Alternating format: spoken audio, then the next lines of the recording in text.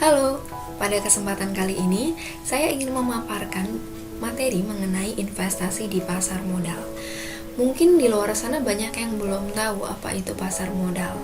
Nah, di video ini saya buatkan yang pemula sekalipun itu akan tahu hakikat maupun esensi dari pasar modal itu sendiri. Jadi bukan hanya tentang jual beli ya, tapi lebih dari itu. Yang akan kita bahas itu adalah introduction. Jadi masih benar-benar awal, apa itu pasar modal, apa saja lembaga yang menaungi pasar modal, dan bagaimana transaksinya, kemudian waspadaan apa yang perlu kita punya dalam bermain di pasar modal. Nah, itu akan kita bahas di sini. Oke, langsung aja ya. Warren Buffett pernah mengatakan, jika Anda tidak menemukan cara untuk menghasilkan uang saat tidur, Anda akan bekerja sampai Anda mati. Betul tidak? Pernyataan ini sangat betul. Kita bicara tentang karyawan deh. Karyawan itu berangkat dari pagi sampai sore, pagi lagi, sore lagi. Dia memang dibayar untuk itu. Dia dibayar untuk waktu mereka dan dibayar untuk tenaga mereka, pikiran mereka. Tapi ketika dia tidur, ketika dia misalnya tidak bekerja kembali, dia tidak akan mendapatkan uang. Tapi di sini, ini saya warnai warna putih ya. Ini menghasilkan uang saat tidur. Ini sangat menarik. Jadi ketika kita tidur, ada orang yang membayar kita. Bukankah itu hebat? Oke. Mengapa sih kita perlu berinvestasi? Investasi ini bisa untuk melawan inflasi. Data BPS terakhir untuk tahun 2020 itu inflasi kita berada di 1,68%. Yang itu artinya kalau kita punya duit lebih dari ini aja, ya 1% lebih dari ini aja, keuangan kita sudah aman. Saya misalkan investasi melawan inflasi itu seperti ini. Pada tahun 1980 kita tahu mie instan ya. Mie instan ini harganya 200 rupiah. Sedangkan di tahun yang sekarang ini 2.700. Sudah meningkat berapa kali lipat sendiri. Kita nggak ngerti tahun-tahun ke depan harganya akan berapa. Pasti naik. Nah, sebab itulah dikatakan ini adalah inflasi. Inflasi merupakan penurunan daya beli akibat pergeseran nilai mata uang yang mengakibatkan harga barang terus meningkat. Kalau misalnya kita nggak mau investasi, otomatis uang kita simpan di dua tempat. Satu di bawah kasur, yang seperti orang-orang dulu lakukan. Yang kedua adalah simpan uang di bank. Nah, ini betul sekali menyimpan uang di bank, biar uangnya nggak kepakai. Biar uangnya juga bisa diolah sama bank. Betul. Tapi ada nggak yang lebih baik dari ini? Karena penyimpanan untuk kedua jenis ini sama-sama tidak berkembang dan tidak mampu melawan inflasi. Uang yang teman-teman simpan di bank maupun di bawah kasur senilai 10 juta, 5 tahun mendatang akan tetap 10 juta. Tidak ada caranya 10 juta jadi 15 juta, itu tidak ada. Karena penyimpanan uang di bank sendiri itu juga kan kita kena administrasi, ya kan, yang per bulannya bisa jadi 10.000 bahkan 20.000. Oke. Kita masuk apa itu investasi. Investasi merupakan bentuk pengelolaan aset maupun harta yang dapat memberikan hasil di kemudian hari.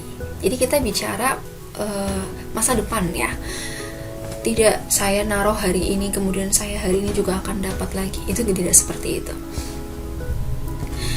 Orang-orang sering mengartikan investasi itu pada barang-barang tertentu seperti rumah, emas maupun tanah yang harganya akan selalu meningkat. Tanah dari zaman dulu sampai zaman sekarang pasti beda kan per meternya. Berikut juga rumah dan emas. Bahkan di emas juga lumayan tinggi-tingginya. Ada yang tidak dapat disebut dengan investasi, yaitu kendaraan. Kendaraan itu bukan disebut investasi ya, ini aset yang nilainya menurun. karena tiap tahun akan selalu muncul kendaraan yang lebih baru lagi, dan kendaraan yang lama akan dihargai lebih murah. Sebab itu kendaraan bukan dikatakan sebagai investasi. Kita bicara mengenai investasi, tapi ini di pasar modal. Jadi bukan konvensional yang ikut emas, ikut rumah, ikut tanah ya. Ini adalah di pasar modal. Investasi di pasar modal itu berbentuk pembelian efek. Jadi saya sebagai investor akan membeli efek dari pasar modal yang nantinya efek ini akan saya simpan dan saya akan mendapatkan keuntungan dari sini. Keuntungannya ada dua. Yang pertama ini ada capital gain, yang kedua ini ada dividen. Mungkin kalau orang awam belum terlalu ngeh apa ini istilah-istilah ini. Oke, kita sebut aja bagian pertama, capital gain. Ini merupakan selisih harga beli dan harga jual efek. Jadi efek yang saya beli hari ini, Januari 2021, itu mungkin nilainya sekitar 100 juta. Nah, efek ini saya jual 5 tahun mendatang, nilainya sudah berkembang menjadi 300 juta. Mungkin nggak? Sangat mungkin kalau di pasar modal. Nah, yang kedua, itu merupakan pembagian keuntungan dari perusahaan kepada pemegang saham. Ini namanya dividen. Misalnya saya beli saham yang mudah aja deh, BCA. Saya beli saham BCA. Kemudian setiap tahunnya BCA itu memiliki keuntungan, sehingga keuntungannya ini mau dibagikan kepada para pemegang saham. Karena saya salah satu orang yang beli saham BCA, maka saya berhak mendapatkan dividennya. Misalnya dividen per tahun katakan 500.000 atau 1 juta, itu biasanya bergantung dari berapa banyak proporsi saham atau efek yang Anda beli di BCA itu. Jadi sudah jelas ya perbedaan capital gain dan dividen. Kalau capital gain itu merupakan selisih, kalau dividen itu adalah pembagian keuntungan perusahaan. Biasanya sih per tahun. Tapi beberapa perusahaan juga memilih untuk tidak membagikan dividen, itu juga ada. Karena alasannya biasanya uang keuntungan itu mau digunakan untuk ekspansi. Gitu. Kita bicara mengenai investasi. Di sini seperti yang kita lingkarin, investasi ini perlu kita perhatikan. Yang pertama itu ada dana, jadi uang yang mau diinvestasikan. Investasi itu merupakan wahana investasi. Kemudian kita juga harus mengerti apa itu tujuan investasi yang kita lakukan.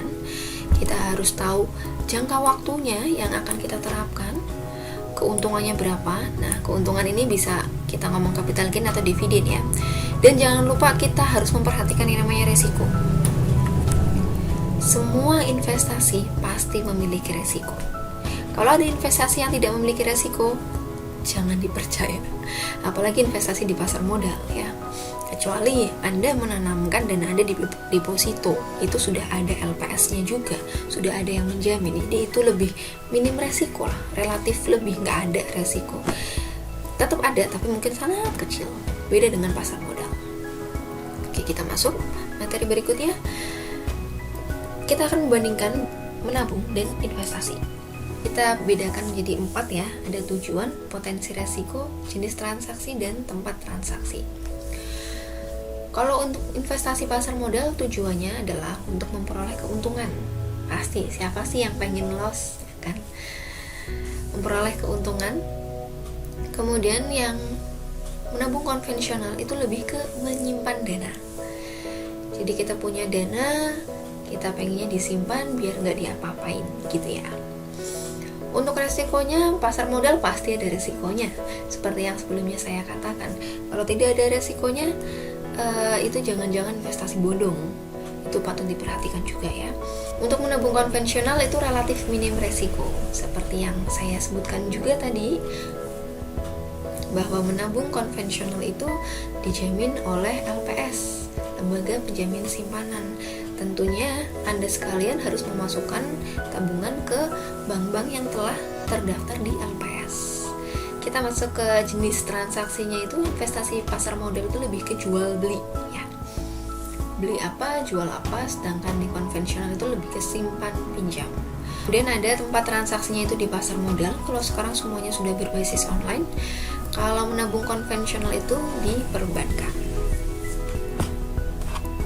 Untuk perbandingannya sendiri, ini saya ngambil sumbernya dari Sekolah Pasar Modal, grafiknya per 31 Desember 2015. Misal saya mempunyai uang Rp100.000. Kalau kita tempatkan di tabungan, grafiknya warna biru tua ya, uang kita akan segini-gini aja nih, segini-gini ya. Kalau misalnya kita masuk ke deposito, uang kita bertambah lebih tinggi. Kalau misalnya kita ke emas, lebih tinggi lagi. Tapi fluktuasinya juga gak main-main, naik, turun lagi. Fluktuasinya gak main-main kalau emas. Kemudian obligasi negara. Obligasi negara itu merupakan pinjaman ya. Jadi negara meminjam ke kita, keuntungannya lebih tinggi. Kemudian kalau saham itu bagaimana? Nah, teman-teman bisa lihat sendiri. Ini grafiknya. Jadi kita harus memahami profil risiko kita ada di tingkat yang mana. Kita masuk ke pasar modal. Untuk yang belum tahu, pasar modal itu seperti pasar pada umumnya, cuman ini gerakannya sekarang sudah online ya. Pasar tempat pemodal dan para pencari modal itu berkumpul menjadi satu. Tempat yang mempertemukan pihak yang membutuhkan dana dengan pemodal atau pihak yang membutuhkan sarana investasi. Itu bisa juga. Instrumen dalam pasar modal ini ada banyak. Ada saham, obligasi. Obligasi sendiri dibagi menjadi negara dan obligasi swasta. Kemudian ada lagi yang namanya reksadana. Ini berarti ini pasar modal nih. Ya, ini pasar modal. Ini di sini kita punya pemodalnya atau investor yang memiliki kelebihan dana. Dia akan membeli efek di pasar modal. Dia akan membeli, kemudian pasar modal akan memberikan efeknya ke dia. Kalau dia sudah menyetorkan dana, dia akan mendapatkan efeknya. Kemudian di sebelah sini, pasar modal itu akan digunakan kemana? Akan disalurkan ke perusahaan atau institusi pemerintah yang membutuhkan dana tambahan. Jadi alurnya itu dari sini ngedaftar dulu nih pasar modal. Perusahaan daftar dulu ke pasar modal, itu istilahnya namanya IPO, Initial Public Offering. Aku mau IPO dong perusahaan ini, aku mau IPO dong, aku mau ngincar dana sekian untuk ini gitu. Oh ya, bisa nanti kalau misalnya sudah persyaratan administrasi semuanya sudah diketahui oleh tim pasar modalnya, atau dalam hal ini adalah Bursa Efek Indonesia, nanti akan diizinkan untuk IPO. Kemudian kalau saham-saham yang sudah IPO atau belakangnya itu udah pasti ada tulisan TBK ya, misalnya ada Bank Rakyat Indonesia terbuka, kemudian ada lagi Bank Negara Indonesia terbuka, banyak sekali. Kemudian nanti kalau sudah IPO, si investor itu bisa beli sahamnya. Aku mau beli saham yang baru IPO dong, atau mau yang udah IPO 5 tahun, selama itu ada di pasar modal itu bisa untuk dibeli sahamnya ya, kecuali delisting. Delisting itu yang sudah terdaftar di pasar modal itu di-delete sama pasar modal, biasanya karena kejadian tertentu atau mungkin perusahaannya bangkrut, bisa jadi itu tidak bisa dibeli lagi. Nah, kita masuk ke lembaga di pasar modal. Ini lembaga-lembaga yang menaungi pasar modal. Pertama ada OJK. OJK ini tugasnya untuk mengatur, mengawasi, melindungi untuk industri keuangan yang lebih sehat. Jadi seluruh peraturan dari semua industri keuangan, baik itu asuransi, perbankan, industri pasar modal, semua diawasin oleh OJK. Nah, kemudian yang kedua ini ada BEI. Nah, seperti yang tadi saya sebutkan bahwa BEI ini berfungsi untuk penyelenggaraan pasar modal untuk lebih teratur, wajar, dan efisien yang berpedoman pada prinsip keterbukaan. Misalnya ada saham yang naiknya nggak wajar, itu BEI akan mengatur itu bagaimana transaksinya bisa menjadi lebih wajar lagi supaya pasar modal kita lebih sehat. Nah, itu BEI yang akan mengatur ya. Yang ketiga ini ada KPEI, Clearing Penjaminan Efek Indonesia. Ini sebuah badan untuk menjamin transaksi efek dan jasa clearing berjalan dengan baik, wajar, dan efisien. Jadi kalau kita beli efek, transaksinya itu sudah dijamin oleh KPEI. Dan tempat untuk menyimpan sertifikat kepemilikan aset efek kita itu di KSEI, Kustodian Sentral Efek Indonesia. Nah, untuk manfaatnya keberadaan pasar modal ini ada 5 yang sudah saya rangkum. Ini juga bersumber dari Sekolah Pasar Modal. Sumber pembiayaan bagi perusahaan untuk pengembangan usaha. Nah, perusahaan itu sangat suka apabila dia berhasil IPO. Kenapa? Karena perusahaan tidak perlu meminjam dana ke bank yang which is bunganya itu pasti lebih besar ya daripada bunga untuk bayar dividennya, itu pasti lebih besar. Karena bunga per tahun itu biasanya sekitar 13%. Ya pasti terhindar bunga ya. Kemudian yang kedua ada sarana investasi bagi investor di aset keuangan. Pasar modal ini merupakan tempat atau wadah bagi orang-orang yang kelebihan dana atau orang-orang yang memang dia pengen punya aset di keuangannya ini.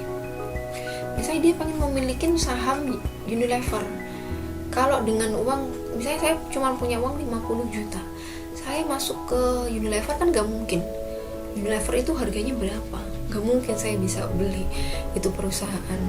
Tapi dengan pasar modal, saya bisa ikut membeli partisi dari Unilever. Jadi hanya sebagian saja. Misalnya 50 juta ini bisa buat beberapa lot sih di Unilever. Nah, saya ikut menjadi kepemilikan atas perusahaan Unilever. Gitu ya. Yang ketiga itu distribusi kepemilikan perusahaan seperti yang tadi saya jelaskan. Yang keempat itu keterbukaan dan profesionalisme dari perusahaan agar tercipta lingkungan yang sehat. Setiap kuartal perusahaan itu dituntut untuk menyampaikan laporan keuangan kepada BEI supaya masyarakat itu tidak investasi seperti kucing dalam karung yang kita tidak tahu apa-apa di dalam perusahaan itu, tiba-tiba masukin uang jebret sekian juta, nanti tiba-tiba perusahaannya delisting karena laporan keuangannya tidak jelas. Nah, itu membutuhkan keterbukaan dan profesionalisme dari perusahaan. Yang kelima, ini ada lapangan kerja bagi masyarakat yang luas. Robert Kiyosaki itu pernah membagi nama itu adalah employee, itu artinya kita bekerja di kantoran. Kemudian ada self-employed, contohnya seperti notaris, pengacara, seperti itu. Kemudian ada lagi yang namanya businessman, jadi orang yang memang kerjaannya dagang. Kemudian yang keempat ada investor. Jadi sebenarnya ini masih dapat dibagi lagi, investor yang jangka pendek maupun jangka panjang. Bagaimana sih cara memulai investasi?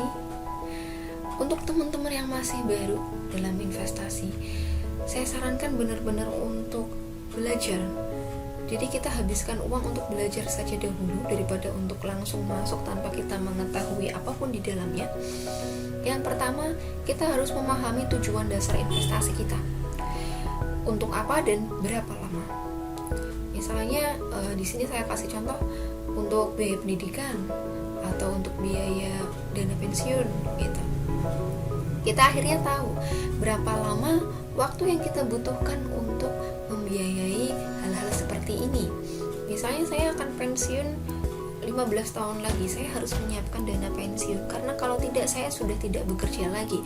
Otomatis saya tidak dapat menghasilkan uang lagi. itu harus disiapkan. Kemudian ada education. Saya punya anak umur masih 5 tahun.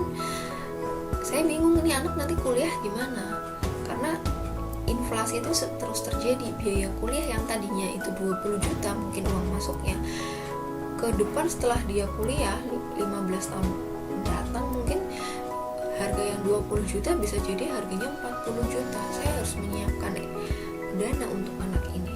Jadi semuanya harus dipikirkan lebih dahulu ya, tujuannya untuk apa. Yang kedua, itu ada kenali profil resiko Anda. Apakah Anda seorang yang konservatif, moderat maupun agresif? Konservatif itu adalah tipe investor yang lebih memilih aman. Jadi tidak mau take risk terlalu dalam, masih yang benar-benar dalam porsi yang sedikit. Contohnya seperti deposito. Deposito kan bunganya 4% per tahun ya. 4% per tahun, itu juga masih dipotong pajak juga. Kemudian itu ada lagi yang namanya moderat. Di moderat ini udah lebih ke middle. Si orang ini dia sudah sadar bahwa investasi itu penting. Di sini dia berani menaruh dananya lebih besar di instrumen keuangan yang lebih ada resikonya. Jadi lebih besar resikonya daripada deposito, tapi masih lebih kecil dari instrumen investasi lainnya seperti saham. Yang di moderat ini biasanya memilih obligasi. Obligasinya dapat berbentuk obligasi di negara maupun obligasi di pemerintahan swasta. Karena obligasi ini sifatnya masih pinjam ya. Jadi perusahaan pinjam ke kita senilai berapa juta, nanti dia akan memberikan kupon dan jangka waktu sekian.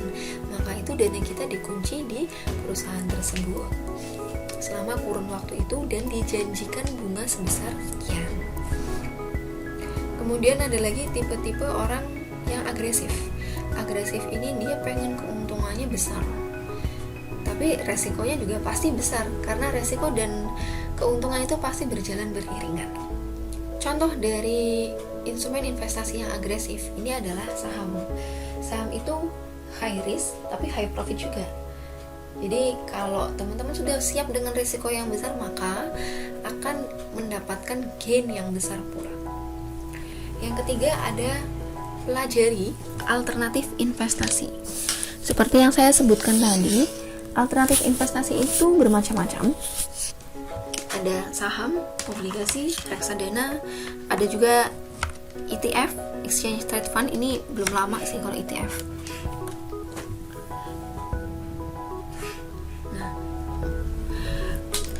Terus yang keempat nih ada pahami resiko produk investasi Anda.